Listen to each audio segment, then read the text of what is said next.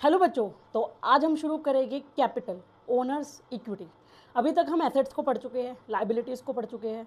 आपको याद होगा कि हमने एक अकाउंटिंग इक्वेशन भी बोली थी। अगर हम उस अकाउंटिंग इक्वेशन को थोड़ा सा एक बार रिवाइज करें तो अकाउंटिंग इक्वेशन हमें कहती थी assets is equal to liabilities plus capital. वैसे तो कैपिटल पहले आता है, लेकिन अगर आप अकाउंटिंग इक्वेशन को इधर उधर भी लिख दोगे तो कोई प्रॉब्लम नहीं है। अब एसेट्स को समझ लिया, लाइबिलिटीज़ को समझ लिया, आज कैपिटल की बारी है। आपको याद होगा कि हमने अपने लास्ट सेशन में आपको इसके ऊपर एक एग्जाम्पल समझाया था कि मैंने अपना धंधा शुरू करना है, मैंने अपनी लेट सपोज एक बिज़नेस शुरू करना है, कोचिंग इंस्टीट्यूट का बिज़नेस शुरू करना है लेट सपोज। अब मुझे क्या क्या चाहिए होगा? मुझे एक बहुत बड़ा रूम चाहिए होगा जहाँ पे मैं बच्चों को पढ़ाऊँगी। मुझे उस रूम का रेंट भी पे करना पड़ेगा। लेट सपोज एक अच्छे खासे एरिया में अगर हम जाते हैं तो वहाँ पे 30-40,000 रुपीज़ का महीने का किराया होगा। ठीक है, मैंने वहाँ पे गई, मैंने अब मुझे क्या क्या चीज़ें और चाहिए, मुझे टेबल एंड चेयर चाहिए, तो मैंने टेबल एंड चेयर को भी ले लिया। टेबल और चेयर को परचेज़ करने में लेट सपोज मेरे 15 से 20,000 रुपये जा रहे हैं। ठीक है, तो मेरे 15,000 20,000 रुपये मेरे वहाँ पे भी चले गए। मुझे एक बहुत बड़ा बोर्ड भी चाहिए जहाँ पे मैं बच्चों को बताऊँगी। ठीक है, तो मुझे उसके लिए भी इन्वेस्टमेंट करनी पड़ेगी और मुझे अपनी मार्केटिंग भी करनी पड़ेगी। और अकेले मेरे टीचर से तो काम नहीं चलेगा, मुझे लेट सपोज और भी सब्जेक्ट्स अगर पढ़ाने, पूरा इंस्टीट्यूट अच्छे वाला खोलना है तो मुझे और भी टीचर्स को हायर करना होगा, उनको सैलरी पे करनी होगी। तो लगा लीजिए मोटा मोटा इनिशियल इन्वेस्टमेंट मुझे 2 से 3 लाख रुपये की चाहिए और महीने का खर्चा मेरा कम से कम 60 से 70,000 रुपये का हो रहा है। बट लेट सपोज मेरे पास अभी कैपिटल बिल्कुल भी नहीं है। ठीक है ना, अगर कैपिटल है भी लेट सपोज तो मेरे पास ज़्यादा से ज़्यादा 1 से 1.5 लाख रुपए की कैपिटल है। तो मैंने क्या किया, मैंने अपने बिजनेस में इन्फ्यूज़ किया अपनी कैपिटल को, कैपिटल से अपना बिजनेस को शुरू किया। मेरी कैपिटल अभी तक कितनी है? लेट सपोज मैं सिर्फ 1,50,000 ही ला पाई बिजनेस में अपने पैसे। अब मैं बैंक वालों के पास गई, मैंने उनको अपना बिजनेस आइडिया बताया, उनसे बैंक लोन लेने की मैंने ख्वाहिश जताई।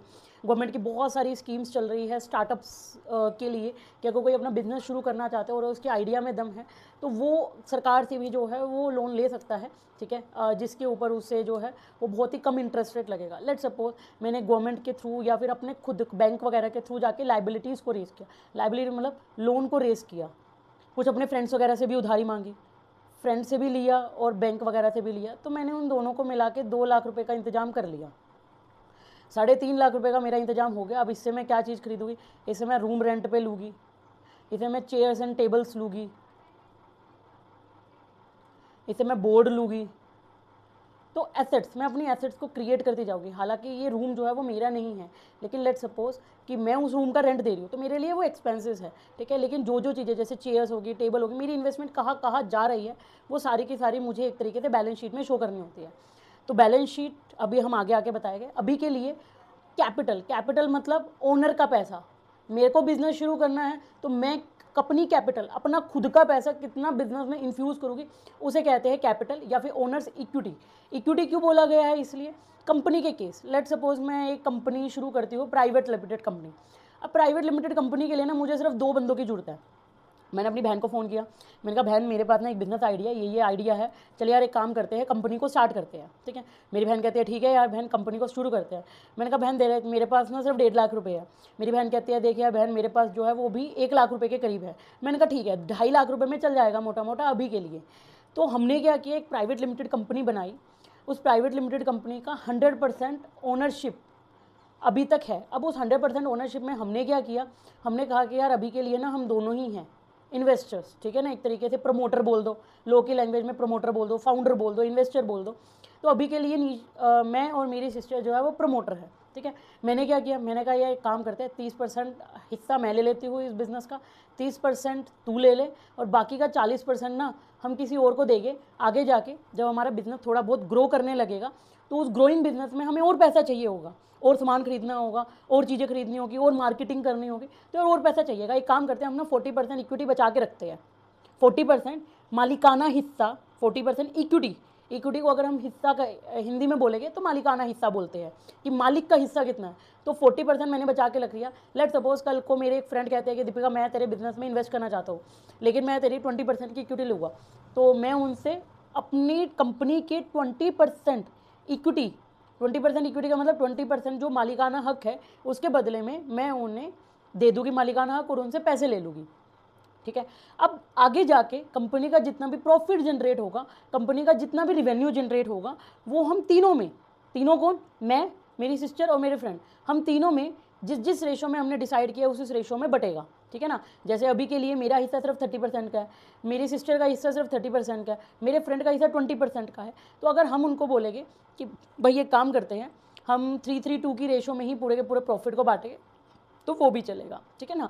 लेकिन ऑब्वियसली बात है कि बाकी का बचा हुआ प्रॉफिट हम पहले ही डिसाइड कर लेंगे कि एक काम करते हैं, हम अपना जो प्रॉफिट बचा हुआ होगा 20% हिस्सा वो हमेशा कंपनी में री इन्वेस्ट करते रहेंगे, क्योंकि कंपनी का सारा प्रॉफिट अगर हम ले लेंगे तो कंपनी आगे कैसे ग्रो करेगी। तो 20% हिस्सा हम हमेशा कंपनी में री इन्वेस्ट करते रहेंगे, बाकी 30 और 20 की रेशो में हम तीनों में बांट लेंगे, ठीक है। तो उसको बोलते हैं इक्विटी। इक्विटी मतलब कंपनी का कितना हिस्सा मेरे पास है। अब आप देखते होगे कि शेयर मार्केट में मैंने लेट्स सपोज रिलायंस का एक शेयर खरीद लिया, तो इसका मतलब कि मेरे पास रिलायंस कंपनी का मालिकाना हिस्सा आ गया, ठीक है ना। कितने कितने परसेंटेज का, हालांकि वो नहीं पता कि कितने परसेंट का, क्योंकि लेट्स सपोज, एक मिनट रुकिए, हाँ, लेट्स सपोज कि अब रिलायंस में बहुत मतलब उसकी जो शेयर कैपिटल है लेट्स सपोज वो करोड़ों में है, और उन करोड़ों शेयर्स में से मैंने सिर्फ एक शेयर लिया, तो मेरी मालिकाना हक कितना हो गया, 0.00 समथिंग कुछ हुआ परसेंटेज जो मेरा मालिकाना हक है। बट ठीक है, मैं ओनर हूँ। अगर कल को कंपनी प्रॉफिट कमाती है और उस प्रॉफिट का कुछ हिस्सा एज ए डिविडेंड, जो शेयर होल्डर्स होते हैं ना, इक्विटी होती है जिनकी, तो उनको डिविडेंड मिलता है। तो कल को कंपनी, अब आप कहोगे मैम ये प्रॉफिट और ये डिविडेंड ये क्या चीज़ है, चलिए ये भी थोड़ा सा आपको समझा देते हैं।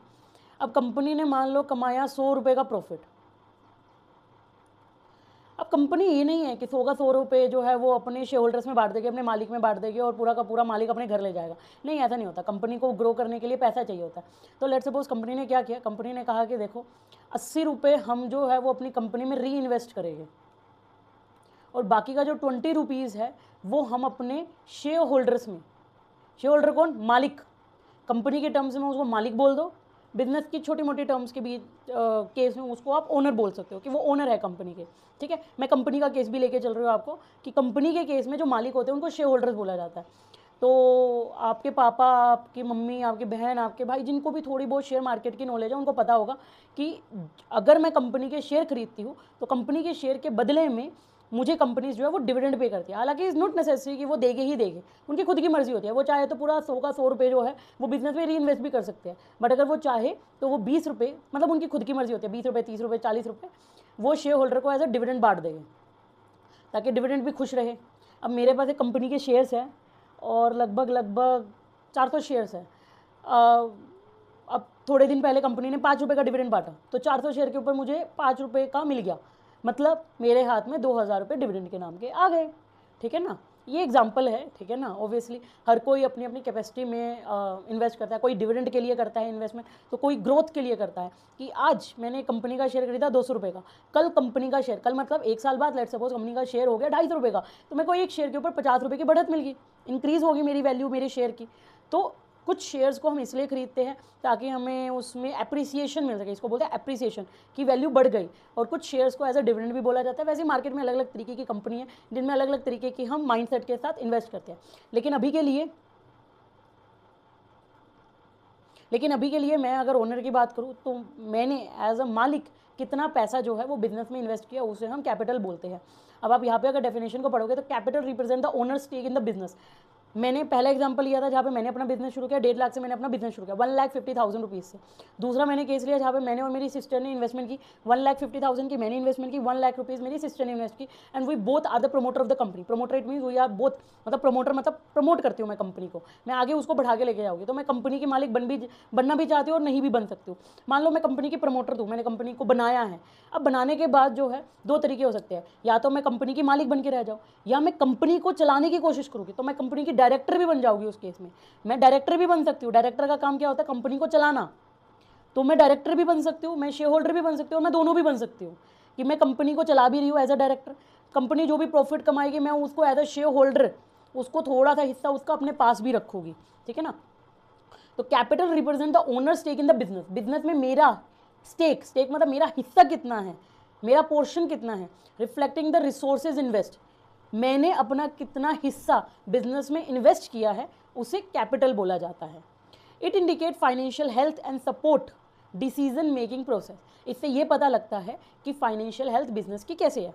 आपको याद होगा कि हमने अपनी पिछली क्लास में जहाँ पे हमने लाइबिलिटीज़ कवर की थी, वहाँ पे हमने बोला था कि अगर बिजनेस में बहुत ज़्यादा लाइबिलिटीज़ है, मान लो ये मेरे पास हो गई लाइबिलिटीज़ और ये मेरे पास हो गई कैपिटल, अब ये मेरा बिजनेस है, अब इस बिजनेस में जो है कैपिटल बहुत ज़्यादा है और लाइबिलिटीज़ कम है, तो इसका मतलब कि एज एन इन्वेस्टर मेरे माइंड में क्या रहेगा, यार प्रमोटर का ना अच्छा खासा पैसा है, और अगर प्रमोटर का पैसा लगा हुआ है ना, शेयर होल्डर का पैसा, तो वो बिजनेस को चलाना चाहेगा, वो अपना बिजनेस डुबोना नहीं चाहेगा, ठीक है ना। इसका मतलब कि प्रमोटर शेयर होल्डर कुछ भी करेगा, ओनर कुछ भी करेगा, लेकिन अपने बिजनेस को चलाएगा। ये बिजनेस थोड़ा सा साउंड लग रहा है, स्टेबिलिटी है, लेकिन लेट सपोज यही बिजनेस है, इस बिजनेस में ये जो लाइबिलिटी है ना, ये बहुत ज़्यादा है और कैपिटल कोई कम है। भाई अगर ये बिजनेस कल को डूब गया, ये इसका पैसा तो बहुत ही कम लगा हुआ है, सारा का सारा बिजनेस तो इन्होंने उधारी पे, लोन पे उठा रखा है, लोन पे बिजनेस को क्रिएट कर रखा है, कल को ये मालिया की तरह भाग गए तो मेरा तो पैसा डूब गया। अगर मैं कल को इस बिजनेस में इन्वेस्ट करने की सोचती हूँ तो मुझे तो ये डर रहेगा ना यार कि ओनर ने अपना पैसा तो डाल ही नहीं रखा, सारा का सारा पैसा मार्केट से उठा रखा है, कल को बिजनेस नहीं चला, डूब गया, तो ये तो भाग जाएगा अपना, ये तो अपना भाग जाएगा, लेकिन मेरे पैसे डूब जाएंगे। तो अगर जिस बिजनेस में कंपनी की, जिस बिजनेस में या कंपनीज में जो ओनर होता है, जो शेयर होल्डर होता है, उसका पैसा लगा होता है, तो वो कहीं ना कहीं फाइनेंशियली स्टेबल बिजनेस होता है। और ऑब्वियसली बात है कि कैपिटल जो है वो डिसीजन मेकिंग प्रोसेस को तो सपोर्ट करेगी। बिजनेस में कैपिटल होगा तो हम कुछ भी कर पाएंगे अपनी मर्जी से। तो दिस इज द कैपिटल या फिर ओनर्स इक्विटी, इसका मतलब मालिक का, ओनर का खुद का पैसा, ठीक है। अकाउंटिंग इक्वेशन को याद रखनी है क्योंकि अब हमारा अगला टॉपिक ही जो है वो अकाउंटिंग इक्वेशन का है। Accounting equation, the accounting equation asserts that for every assets there is a corresponding liability or owner equity ensuring a balanced financial statement। Asset जो भी है बिजनेस में वो कहाँ से आई है, वो लाइबिलिटीज़ के पैसों से आई है या कैपिटल के पैसों से आई है, वो बताता है। अब बच्चे जो है, जब मैं अपनी सच बात बताऊँ, जब मैं 11th में थी, मैंने एज ए 11th स्टूडेंट इसको बस रटा था बैठ के कि asset is equal to capital plus liability. किसी ने नहीं समझाया मुझे लाइबिलिटी क्या होती है, किसी ने नहीं समझाया ओनर इक्विटी क्या होती है, एक रट लिया। अगर मतलब भी बताया था तो वो वाला मतलब नहीं बताया कि लॉन्ग टर्म तक मुझे याद रहे। लेकिन जब मैं सीए में आई, मैंने अकाउंट्स को पढ़ा, मैंने टैक्स को पढ़ा, मैंने अकाउंट्स को पढ़ा, मैंने टैक्स को पढ़ा, मैंने फाइनेंस को पढ़ा, मुझे पता लगा कि एसेट क्या है। और ये एसेट्स कहाँ से आती है यार, ये एसेट आती है लाइबिलिटीज़ के पैसों से, ये एसेट्स आती है कैपिटल के पैसों से। तो इसलिए एसेट्स को इज इक्वल टू में रखा जाता है लाइबिलिटीज़ प्लस कैपिटल, क्योंकि आएगी तो इन पैसों से ही ना। लाइबिलिटीज़ प्लस कैपिटल को, पैसों को मिला ले और उसको बिजनेस में इन्वेस्ट करेंगे तो वहीं से तो हम इनकम जनरेट करेंगे। अब मेरे अगर बिजनेस में एसेट्स होगी, टेबल चेयर होगी, रूम होगा, क्या कहते हैं, बोर्ड होगा बहुत बड़ा, तो ऑब्वियसली मैं जो है अपने बिजनेस को शुरू कर पाऊंगी और रेवेन्यू को जनरेट कर पाऊंगी। ओके, तो यही चीज़ें लिखी हुई है इसमें। This fundamental principle is the critical for maintaining. मैं थोड़ी सी साइड हो जाती हूँ यहाँ पे। हाँ जी, this fundamental principle is critical for maintaining the accurate records, aiding stakeholder in assessing a company financial health and stability. इससे एक शेयर होल्डर को, शेयर होल्डर मतलब मालिक को, पता लगता है कि कंपनी की अभी एक्चुअल सिचुएशन क्या है, कंपनी की फाइनेंशियल हेल्थ कैसी है, और कंपनी की अगर स्टेबल हेल्थ होगी तो मालिक जो है ना, ओनर, वो दूसरों से भी पैसा आसानी से रेस कर पाएगा, ठीक है ना। अगर कंपनी की फाइनेंशियल हेल्थ अच्छी नहीं है तो मैं बैंक वालों के पास जाऊँगी, लोन मांगूंगी, वो मेरा 2 मिनट में लोन रिजेक्ट कर देगी। क्यों? क्योंकि वो कहेगी कि आपकी फाइनेंशियल हेल्थ अच्छी नहीं है आपके बिजनेस की, तो हमें खतरा है कि हम अगर पैसा उसमें इन्वेस्ट करेंगे तो वो डूब सकता है पैसा, ठीक है। चलिए आगे बढ़ते हैं। अब हम अकाउंटिंग इक्वेशन को भी समझ लिया। अब हम चलते हैं इनकम के ऊपर, लेकिन उस इनकम के ऊपर चलने से पहले मैं आपको एक फाइनेंशियल स्टेटमेंट दिखाना चाहूँगी, जिसको मैंने आप लोगों के लिए डाउनलोड किया है। Just give me only 1 minute. मैंने पेटीएम की यहाँ पे खोली है फाइनेंशियल स्टेटमेंट, आप यहाँ पे देख सकते हो। यहाँ पे लिखा हुआ है stand alone statement of profit and loss account. आप यहाँ पे देख सकते हो। मैं एक काम करती हूँ, इसको, चलिए हम आपको दिखाते हैं अभी एक प्रॉफिट एंड लॉस स्टेटमेंट। एक कंपनी है पेटीएम, आप सबने सुना ही होगा, तो हम उसकी बैलेंस शीट लेके आए आपके सामने, प्रॉफिट एंड लॉस स्टेटमेंट लेके आए, अभी बैलेंस शीट नहीं लेके आए हैं। अगर आप यहाँ पे देखोगे तो यहाँ पे लिखा profit and loss statement and profit and loss for the year ended 31 March 2025, stand alone statement of profit and loss statement. तो यहाँ पे एक वर्ड लिखा हुआ है stand alone statement of profit and loss. Stand alone का क्या मतलब होता है कि ये अगर पेटीएम की है तो ये सिर्फ पेटीएम की ही फाइनेंशियल स्टेटमेंट है, पेटीएम का ही प्रॉफिट एंड लॉस अकाउंट है। लेकिन ऐसा है नहीं कि कोई भी कंपनी होती है तो उसकी सब्सिडरी पेरेंट कंपनी होती ही होती है, लेकिन ये सिर्फ और सिर्फ पेटीएम की ही है, पेटीएम को अगर आप देखेंगे तो आपको पेटीएम के बारे में आपने जरूर कहीं ना कहीं, जब पेटीएम खोलोगे तो आपको कहीं ना कहीं ज़रूर दिखेगा 197। हेलो हेलो हेलो हेलो या। तो अगर हम पेटीएम की होल्डिंग कंपनी की बात करें तो पेटीएम की होल्डिंग कंपनी का नाम है, आपने पेटीएम खोल के देखना, आपको ज़रूर दिखेगा 197 कम्युनिकेशन लिमिटेड। तो अगर 197 कम्युनिकेशन लिमिटेड के साथ साथ पेटीएम की भी कंपनी की balance sheet, profit and loss होता तो इसको बोलते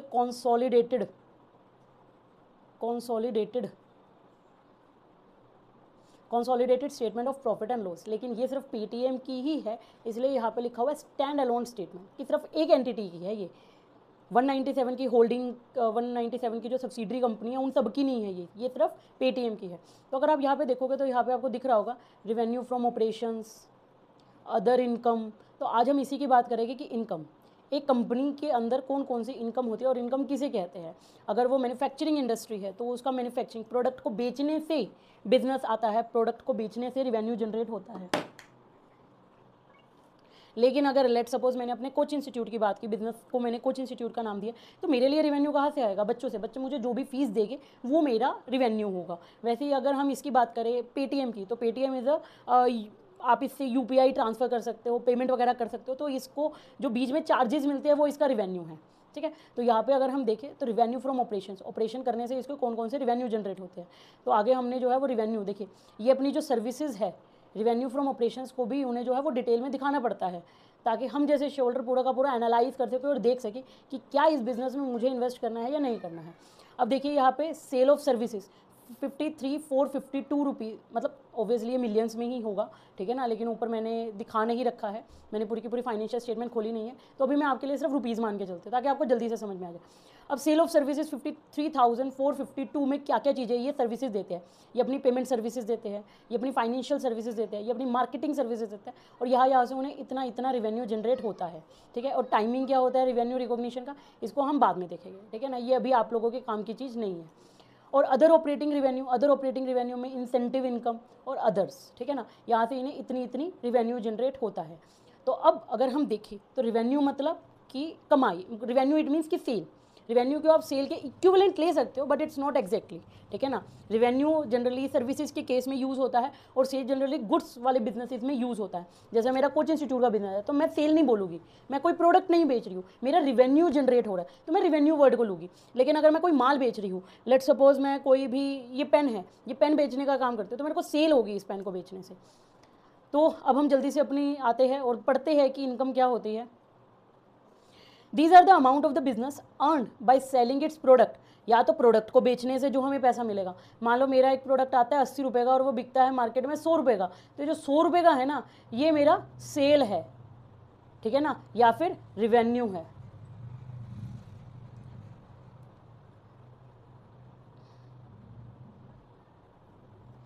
और providing services to the customer call sales revenue. या तो प्रोडक्ट को बेचने से आपको मिलेगा या फिर आपको कस्टमर को बेचने से, सर्विस प्रोवाइड करने से मिलेगा। इसका मतलब कि 100 रुपये में मार्जिन भी है, प्रॉफिट भी है, कि 80 रुपये की तो मेरी कॉस्ट आई, 100 रुपये का मैंने उसको बेचा। अभी 100 रुपये में ऑब्वियसली बात है कि 100 रुपये में मेरा प्रॉफिट लेट सपोज 5 रुपये का और 15 रुपये का मेरा मार्केटिंग कॉस्ट है। बनाने की कॉस्ट मेरी, मान लो कि मैंने एक प्रोडक्ट को बनाया, 80 रुपये की मेरी कॉस्ट आई, लेकिन मार्केट में मैं उसको ज़्यादा से ज़्यादा 100 का ही बेच सकती हूँ। तो 100 का बेचने का मतलब कि ऐसा नहीं है कि वो 20 रुपये मेरा प्रॉफिट है, नहीं, अभी और भी तो खर्चे किए होंगे, लोगों को अपॉइंट किया होगा, मार्केटिंग कॉस्ट की होगी, एडवर्टीजमेंट की होगी, जहाँ पे मैंने फैक्ट्री बनाई है उस फैक्ट्री में जो माल बनता है उसका रेंट भी मुझे पे करना पड़ेगा, लेबर भी, वेजेस भी पे करनी पड़ेगी, बहुत सारे खर्चे होते हैं, बहुत बहुत बहुत सारे खर्चे होते हैं बिजनेस में। तो लेट सपोज 15 रुपये का मेरा खर्चा आया और 5 रुपये का ही मेरे को यहाँ से प्रॉफिट मिला। तो लेकिन सेल मेरी कितनी हुई है, सेल 100 रुपीज़ की होती है। अब इस 100 में से और भी खर्चे निकाले जाएंगे और उसके बाद जो बचेगा वो मेरा प्रॉफिट होगा। Other items of revenue commonly to many businesses are commission, interest, dividend, royalties, rent received etcetera, and income is also called revenue. Income को आप रेवेन्यू भी बोल सकते हो। अब इन्होंने यहाँ पे बोल रखा है कि अदर आइटम्स ऑफ रेवेन्यू। अब मैंने मान लो कि मेरे को जो भी प्रॉफिट होता है, ऐसा तो है नहीं, अब मुझे जो भी प्रॉफिट जनरेट होता है, जो भी मेरे को सेल्स जनरेट होती है, उसको ऐसा तो है नहीं कि मैं सारा का सारा डिस्ट्रीब्यूट कर देती हूँ अपने शेयर होल्डर्स को, नहीं, इन्वेस्ट भी करती हूँ, ठीक है ना, या तो बिजनेस में ही इन्वेस्ट कर लेती हूँ, या फिर मैंने कुछ प्रॉपर्टी खरीद ली और उसको रेंट पे चढ़ा दिया और वहाँ से मुझे रेंटल इनकम आ रही है, मैंने कुछ स्टॉक्स मार्केट में इन्वेस्ट कर दिया, कुछ एफडी खरीद ली, ठीक है ना, कुछ बॉन्ड्स परचेज कर ली, इस टाइप से मैं जो है अदर सोर्सेज ऑफ इनकम भी अपनी जनरेट करी हूँ। जैसे आपके पापा है, अब आपके पापा जो भी कमाते हैं, ऐसा थोड़ा है कि पापा जो भी कमाएंगे वो अपना खर्च कर देंगे, नहीं, वो अलग अलग जगह पे डालते हैं। वैसे बिजनेसेस भी ऐसे ही होते हैं, अलग अलग जगह पे अपना पैसा डाल के रखते हैं ताकि हर जगह से उन्हें कमाई हो। तो अगर आप इसको देखोगे ना, ये फाइनेंशियल स्टेटमेंट को, तो यहाँ पे भी अगर आप देखिए तो यहाँ पे आपको दिखाई दे रहा होगा अदर इनकम, और इस अदर इनकम की अगर हम बाइफर्गेशन को समझे तो यहाँ पे आपको दिखाई दे रहा होगा अदर इनकम। अदर इनकम में क्या क्या, इंटरेस्ट इनकम कहाँ से मिल रही है इस बिजनेस को,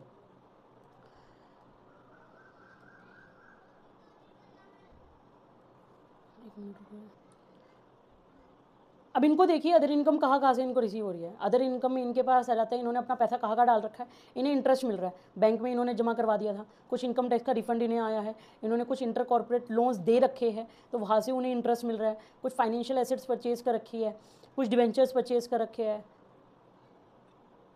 और कुछ सिक्योरिटी डिपॉजिट में दे रखा है, तो यहाँ से उन्हें अदर इनकम भी आ रही है। कुछ मिसलिनियस छोटी मोटी इनकम जिनका इनको भी नहीं पता बाइफर्गेशन की क्या है, और बाकी ये सारी चीज़ें अभी आपको थोड़ा सा कम समझ में आएगी क्योंकि अभी हम जो है वो बेसिक लेवल पे अभी आपको पढ़ा रहे हैं कि इनकम होती क्या है, ठीक है, हम इसको बहुत ज़्यादा एक्सटेंडेड पॉइंट पे नहीं लेके जाएंगे। तो अदर इनकम, ठीक है ना, बिजनेस अपनी इनकम तो करता है, अदर इनकम भी करता है, कुछ पैसा कमीशन से आ जाता है, कुछ पैसा इंटरेस्ट से आ जाता है, कुछ पैसा डिविडेंड से आ जाता है।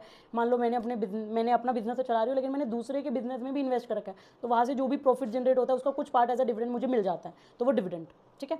तो ये था हमारा इनकम। अगर हम इनकम को थोड़ा सा और अगर देखें डिटेल में तो इनकम हमारी दो टाइप से होती है, एक डायरेक्ट इनकम, एक इनडायरेक्ट इनकम। अब डायरेक्ट इनकम को अगर हम समझेंगे तो बड़ा ही नाम ही स्पेसिफाई कर रहा है भाई डायरेक्ट इनकम। मान लो मैं ये पेन बनाती हूँ, इस पेन को बेचने से मुझे जो इनकम हो रही है, जो रिवेन्यू जनरेट हो रहा है वो मेरे डायरेक्ट इनकम है। क्यों? क्योंकि मेरे बिजनेस से रिलेटेड है। लेकिन इनडायरेक्ट इनकम कौन सी होती है? अदर इनकम, कि मेरे बिजनेस से रिलेटेड वो नहीं है लेकिन फिर भी मेरे को इनकम रिसीव हो रही है। मैंने एफडी में पैसा डिपॉजिट करवा रखा है, दूसरी कंपनी के डिबेंचर्स ले रखे हैं, दूसरी कंपनी के मैंने प्रेफरेंस शेयर होल्ड कर रखे हैं, जहाँ जहाँ से भी मुझे इनकम जनरेट हो सकती है मैंने वो सारा का सारा मेरी इनडायरेक्ट इनकम में जाएगी। तो डायरेक्ट इनकम हमारी क्या होती है? Direct income related to the business, जो बिजनेस से रिलेटेड होती है, रिलेटेड टू बिजनेस, उसको हम डायरेक्ट इनकम बोलते हैं। Related to business by selling goods को बेचने से, या फिर बाय सेलिंग गुड्स और प्रोवाइडिंग सर्विसेज। या तो आपको गुड्स को बेचने से मिल रहा होगा या आपको सर्विसेज को प्रोवाइड करने से मिल रही होगी वो इनकम, तो उसको डायरेक्ट इनकम कहते हैं। इनडायरेक्ट इनकम कौन सी होती है? नॉट रिलेटेड टू बिजनेस, ये बिजनेस से रिलेटेड नहीं होगी, नॉट रिलेटेड टू बिजनेस से रिलेटेड नहीं होगी, एक्स्ट्रा ही इनकम जनरेट करने का जो सोर्स होता है। जैसे हमारी एफडी इंटरेस्ट हो गया, कुछ सिक्योरिटी डिपॉजिट दे रखा है हमने, किसी को लोन दे रखा है हमने, लोन गिवन, और सामने वाली पार्टी उस लोन के बदले में मुझे इंटरेस्ट पेमेंट कर रही है, तो वो मेरी सारी की सारी इनडायरेक्ट इनकम में जाएगी, ठीक है ना। नॉट रिलेटेड टू बिजनेस, जो बिजनेस से रिलेटेड नहीं है वो सारा का सारा इनडायरेक्ट इनकम में जाएगा। अब जैसे हमने इनकम को पढ़ा ना, वैसे हमारे एक्सपेंसेस भी होते हैं। एक्सपेंसेस क्या कहते हैं? Expenses are the cost business incur in the course of its normal operation. Business को, लेट सपोज ये मेरे पास एक पेन को बनाने के लिए जो भी मेरे को रॉ मटेरियल चाहिए, मेरे को उसके लिए इंक भी चाहिए, मेरे को उसके लिए प्लास्टिक का कवर भी चाहिए। अब प्लास्टिक का कवर या तो खुद बना लूँगी या बने बनाए खरीद लूँगी, उसके ऊपर जो मेरा मार्क लगता है, मेरी कंपनी का मार्क लगेगा, ठीक है, तो वो मेरा एक तरीके से रॉ मटेरियल है, और ये सारी की सारी पेन से रिलेटेड है। अभी के लिए मेरे को यही याद आ रहा है। तो मेरा ये हो गया डायरेक्ट एक्सपेंसेस। बिजनेस का जो प्रोडक्ट है उसके लिए जो भी खर्चा हो रहा है वो डायरेक्ट एक्सपेंसेस। और इस पेन को बेचने के लिए मुझे मार्केटिंग करनी पड़ रही है, ऑब्वियसली बिजनेस कर रही हूँ तो बहुत सारी ट्रांजेक्शन्स हो रही है, और उसको रिकॉर्ड करने के लिए प्रॉपर मैंने एक ऑफिस सेटअप कर रखा है, ऑफिस में लोग बिठा रखे हैं, एम्प्लॉय बिठा रखे हैं, और एम्प्लॉय को सैलरी मुझे पे करनी पड़ रही है। वो जिस ऑफिस में बैठते हैं उसका बिजली पानी का खर्चा मेरा सारा, ये सारा का सारा जो है वो इनडायरेक्ट, क्योंकि अब कंपनी अपने पार्ट से थोड़ी ना आप लोगों का ये सारा का सारा खर्चा भरेगी, आप लोगों से ही रिकवर करेगी। अगर आपका 10 रुपये का पेन आपको मिलता है तो उसमें 1 से 2 रुपये का जो है वो इनडायरेक्ट एक्सपेंसेस भी इंक्लूड होता है, ठीक है ना। लेकिन वो बल्क क्वांटिटी में बिकते हैं पेन, इसलिए आपको तो सिर्फ 10 रुपये लग रहा है लेकिन 10 रुपये के करोड़ों बनते हैं, ठीक है ना। तो इसलिए एक्सपेंसेस भी 2 तरीके के होते हैं, एक बिजनेस के प्रोडक्ट से डायरेक्टली जो रिलेटेड। अब मेरा जो है वो डायरेक्ट अगर मैं कहूँ तो डायरेक्ट मेरा खर्चा क्या होगा? डायरेक्ट मेरा खर्चा होगा, मेरा कोचिंग इंस्टीट्यूट का बिजनेस है, मेरा पेन लगेगा, ठीक है ना, और बाकी मेरा दिमाग लगेगा, और क्या लगेगा। बाकी मटेरियल वगैरह ऑब्वियसली मेरे कोचिंग इंस्टीट्यूट में बच्चे आ रहे हैं तो मुझे उनको मटेरियल प्रोवाइड करना पड़ेगा, वो मटेरियल में प्रिंटिंग वगैरह ये सारा का सारा खर्चा मेरा डायरेक्ट एक्सपेंसेस है। इनडायरेक्ट एक्सपेंसेस क्या है, बच्चे जिस जगह पे बैठे हैं उसमें बिजली पानी का खर्चा, ठीक है ना, फैसिलिटीज़ जो मुझे उन्हें प्रोवाइड करनी पड़ेगी, वो सारा का सारा मेरा इनडायरेक्ट एक्सपेंसेस है। बच्चों को बुलाने के लिए मैंने एक पर्सन को हायर कर रखा है जिसका काम बच्चों को कॉल्स वगैरह करना होता है, तो उसको मुझे सैलरी पेमेंट करना है, वो सारी की सारी मेरी इनडायरेक्ट एक्सपेंसेस है जो कि अल्टीमेटली बच्चों से ही कवर की जाएगी, ठीक है ना। एक बड़े बड़े हॉस्पिटल्स आपने देखे होंगे 5 स्टार जैसे होटल, उनमें आप जाइए, एक दिन के लिए भी अगर एडमिट हो जाता है, गलती से भी इंसान एडमिट हो जाता है तो 50,000 से लेकर 1 लाख तक का खर्चा तो मिनिमम से मिनिमम आएगा। अब वो इतने ब्रांडेड उन्होंने एक तरीके से शोरूम जैसे हॉस्पिटल बना रखे होते हैं, तो वो कहाँ से रिकवर करेंगे, सारा का सारा पेशेंट से ही तो रिकवर करेंगे। तो एक्सपेंसेस भी 2 तरीके के होते हैं। This include expenses such as employees wages, rent, utilities, office supplies and software subscriptions, ठीक है ना। तो एक्सपेंसेस भी 2 तरीके के होते हैं, डायरेक्ट एक्सपेंसेस जो कि रिलेटेड होता है directly to business, related to business product और services, related to business product और सर्विसेज। जैसे अभी मैंने आपको एग्जांपल दिया था कि पेन बनाने के लिए मुझे जो है वो इंक चाहिए, कवर चाहिए पेन का, और अब उसके ऊपर जो ब्रांडिंग लेबलिंग होती है, जैसे अगर मैं ये पेन लेके आऊँ तो इस पेन के ऊपर ये जो देखिए पूरा प्लास्टिक का कवर है, डिज़ाइनिंग वगैरह कितनी सुंदर है, और ये देखिए आप देख रहे होगे यहाँ पे प्लास्टिक में ऊपर लिखा हुआ है इस कंपनी का ब्रांड नेम वगैरह, तो ये सब कुछ जो है ये डायरेक्ट एक्सपेंसेस है। लेकिन इनडायरेक्ट एक्सपेंसेस, इस पेन को बेचने का खर्चा, अब मालिक तो एक एक दुकान पे नहीं जाके बेचेगा इस पेन को, तो सेल्समैन का खर्चा भी तो आएगा। नॉट रिलेटेड टू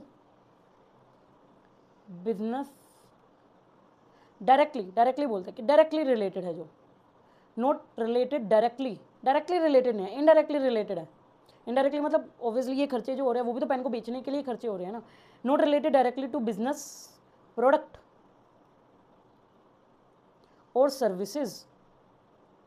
जैसे फॉर एग्जांपल कि अब इस पेन को बेचने के लिए मुझे मार्केटिंग कॉस्ट लग रही है,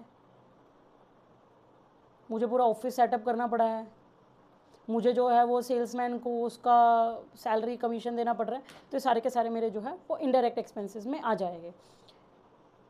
चलिए आज के लिए इतना ही। अब इसको हम यहाँ पे हमने एक्सपेंडिचर भी दे रखा है, बट उस एक्सपेंडिचर को हम बाद में समझाएंगे आपको, और इसके आगे की जो भी कहानी है, ठीक है ना। बिजनेस में देखिए हमने 4 पिलर हमारे होने वाले हैं पूरे, एसेट्स, लायबिलिटीज, ओनर की कैपिटल, ठीक है ना, sorry assets, liability, income and expenses. Owner की कैपिटल तो होगी ऑब्वियस ही बात है। तो एक्सपेंसेस का एक छोटा सा पॉइंट रहता है एक्सपेंडिचर, वो हम अपनी अगली क्लास में कवर करेंगे, और इसके अलावा हम जो है वो कवर करेंगे अकाउंटिंग प्रिंसिपल्स, अकाउंटिंग एजम्पशंस। तो जो बच्चे 11th में हैं, जो बच्चे 12th में हैं, या जो बच्चे ग्रेजुएशन की तरफ जा रहे हैं जिनको अकाउंट्स के बेसिक नहीं पता है, या फिर जो बच्चे सीए के भी है, मेरे पास बहुत सारे ऐसे बच्चे जो कि सीए के हैं, सीए फाउंडेशन में एंट्री लेते हैं, दे आर लाइक कि मैम 11th-12th कंप्लीट कर लिया but we don't know the basics, ठीक है ना। आप लोगों को जब सीए फाउंडेशन का कोर्स भी करवाया जाता है तो आपको उतना ही बेसिक करवाया जाता है जितना आपके सीए फाउंडेशन में काम आएगा, बट नहीं, मुझे ऐसा लगता है कि कल को जाके आपसे किसी ने भी पूछा गोइंग कंसर्न, तो आप क्या बोलोगे, पता ही नहीं, किसी ने नहीं बताया। तो बेसिक्स पता होना बहुत ज़रूरी है। तो ये 6-7 एपिसोड्स की सीरीज़ है, उसमें हम सारा का सारा बेसिक्स बताएंगे, और उसके बाद हम आपके साथ जो है वो इस जर्नी को कंटिन्यू करेंगे, जहाँ पे हम अकाउंट्स भी पढ़ाएंगे, आपको बीच बीच में फाइनेंस की नॉलेज भी देते रहेंगे, लो के बारे में भी आपको बताते रहेंगे। जैसे आज हमने बताया कि जो पेटीएम है वो किसकी सब्सिडरी कंपनी है, 197 कम्युनिकेशन लिमिटेड, वो उसकी होल्डिंग कंपनी है। होल्डिंग मतलब उसको होल्ड करके रखा हुआ है पेटीएम को, ठीक है ना, होल्ड करके रखा हुआ है। चलिए बाकी की बातें हम इन द नेक्स्ट सेशन करेंगे। Till then bye bye. Class को ज़रूर रिवाइज कीजिएगा और पढ़ के आइएगा क्लास को, ताकि एक्सपेंसेस और एक्सपेंडिचर में आपको डिफरेंस समझ में आए, ठीक है। तो मिलते हैं in the next session. Till then bye bye.